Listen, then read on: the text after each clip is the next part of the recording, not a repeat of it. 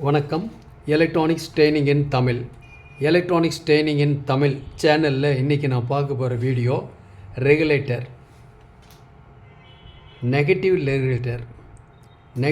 Linear voltage regulator, negative linear adjustable voltage regulator. எப்படி வேணாலும் differentiate பண்ணலாம். நெகட்டிவ் ரெகுலேட்டர் இதுக்கு நம்ம யூஸ் பண்ணியிருக்கக்கூடிய ஐசி வந்து LM337 3 பின் ஏசி யூஸில் 3 பின் இருக்கும்.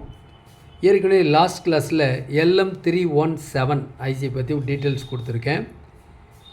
அந்த ஐசியினுடைய கேப்பபிலிட்டி என்ன அப்படின்னு கேட்டால், இதனுடைய இன்புட்டில் கிட்டத்தட்ட ஒரு 40 வோல்ட் இன்புட் கொடுக்கலாம் அப்படின்னு சொல்லியிருக்கேன். அந்த 40 வோல்ட் இன்புட் கொடுத்து அதில் அவுட்புட்டில் 37 வோல்ட் எடுக்கலாம்.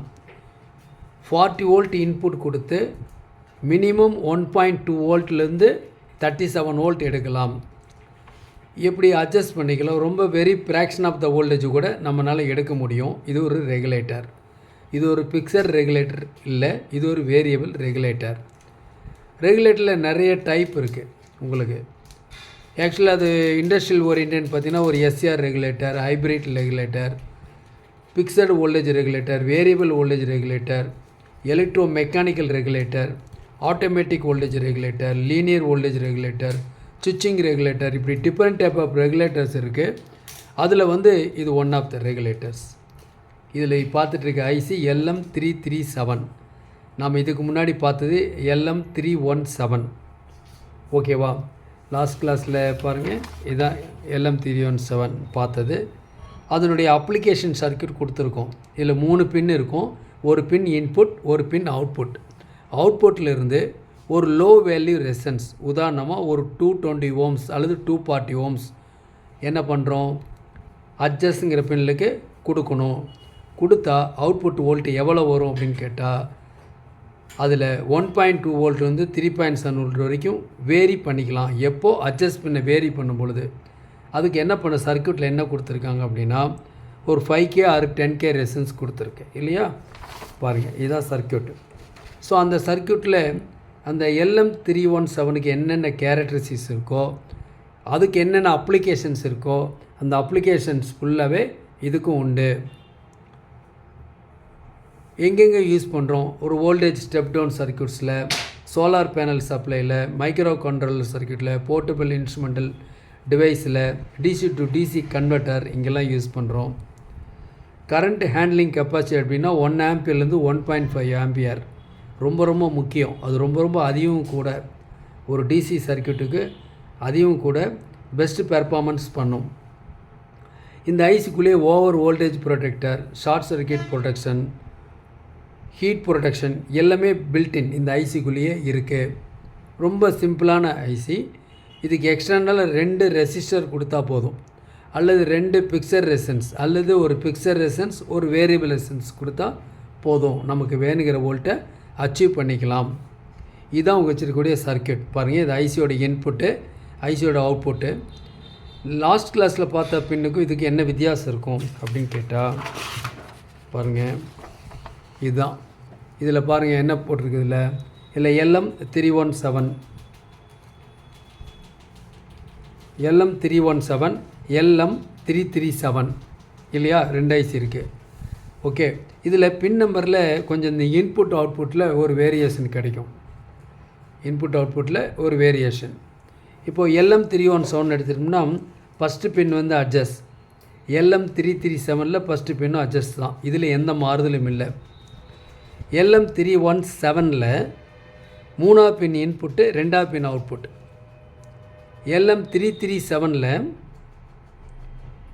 2ஆம் பின் இன்புட்டு, 3ஆம் பின் அவுட்புட். ரெண்டுக்கு என்ன வித்தியாசம் அப்படின்னு கேட்டால், ஒன்று வந்து பாசிட்டிவ் ரெகுலேட்டர், LM337 வந்து நெகட்டிவ் ரெகுலேட்டர். நாம் இது வரைக்கும் பாசிட்டிவ் ரெகுலேட்டர் மட்டும்தான் பார்த்துருக்கோம். அப்ளிகேஷன்ஸ் எல்லாமே நெகட்டிவ் ரெகுலேட்டரும் உண்டு. அந்த நெகட்டிவ் ரெகுலேட்டர் பற்றி தெரிஞ்சுக்கிறதுக்காக தான் இந்த ஒரு வீடியோ. ஓகே, இப்போ பார்க்கலாம். இதில் சர்க்யூட், இந்த சர்க்யூட்டில் என்ன கொடுத்துருக்கு, 2 ரெசன்ஸ் இருக்குது. ஒன்று பிக்சட், இன்னொன்று வேரியபிள். ஒன்று 10K, ஒன்று 240 ஓம்ஸ். வேறு எதுவும் இல்லை. இன்புட்டில் ஒரு 10 amp கெப்பாசிட்டர், அவுட்புட்டில் ஒரு 10 amp கெப்பாசிட்டர். அவ்வளோதான், சிம்பிளாக. அவுட்புட்டில் -1.2லேருந்து -37 வோல்ட் வரைக்கும் நாம் எடுக்க முடியும். இன்புட் வோல்ட்டு 40 வோல்ட் டிசி கொடுத்தா. ஆனால் நம்ம ஒரு டெமான்ஸ்ட்ரேஷன் பண்ணுறோம். ஒரு 9 வோல்ட் பேட்டரி ஆட் பண்ணி என்ன பண்ணுறோம், 9 வோல்ட் பேட்டரி ஆட் பண்ணி நாம் இந்த இடத்துல நெகட்டிவ் வோல்ட்டை மட்டும் வேரி பண்ணி பார்க்குறோம். 1.2லேருந்து அப் டு ஒரு 9 வோல்ட் வருதா அப்படின்னு பார்க்க போகிறோம். ஓகேவா? அதுக்குண்டான சர்க்யூட் தான் இது. இப்போ பார்க்கலாம் சர்க்யூட். சேம் சர்க்யூட் பாருங்களேன். இதுதான் சர்க்யூட். இதில் பார்த்தாவே உங்களுக்கு தெரியுது. இதில் ஒரு டிஜிட்டல் மல்டிமீட்டர். ஓகே, இந்த இடத்துல பார்த்தீங்கன்னா இந்த ஹீட் சிங்க் பிளேட்டில் இந்த LM337 நெகட்டிவ் ரெகுலேட்டர். நீங்கள் கடையில் கேட்குறப்போ நெகட்டிவ் ரெகுலேட்டர்னு கேட்டு வாங்கணும். பாசிட்டிவ் ரெகுலேட்டர் வேறு, அதனுடைய பின் கான்ஃபிகரேஷன் வேறு. நெகட்டிவ் ரெகுலேட்டருடைய பின் கான்ஃபிகரேஷன் வேறு. அதான் சொல்லியிருக்கேன் உங்களுக்கு.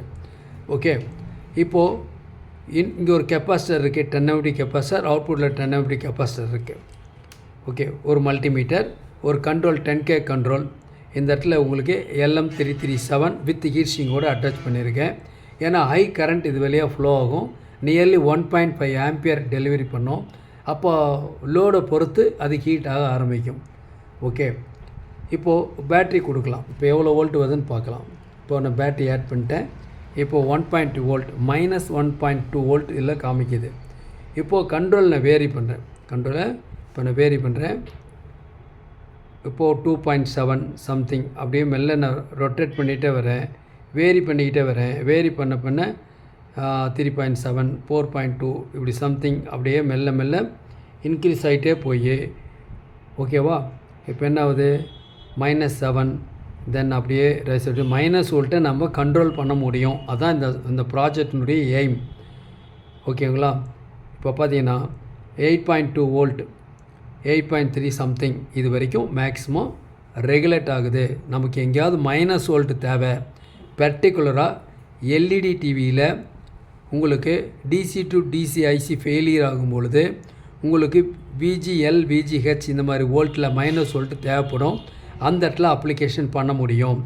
அது இல்லாமல் ப்ராஜெக்ட் ஓரியன்டாக நிறைய சர்க்யூட்டில் தேவைப்படும். தெரிஞ்சு வச்சுக்கிட்டா நல்லது.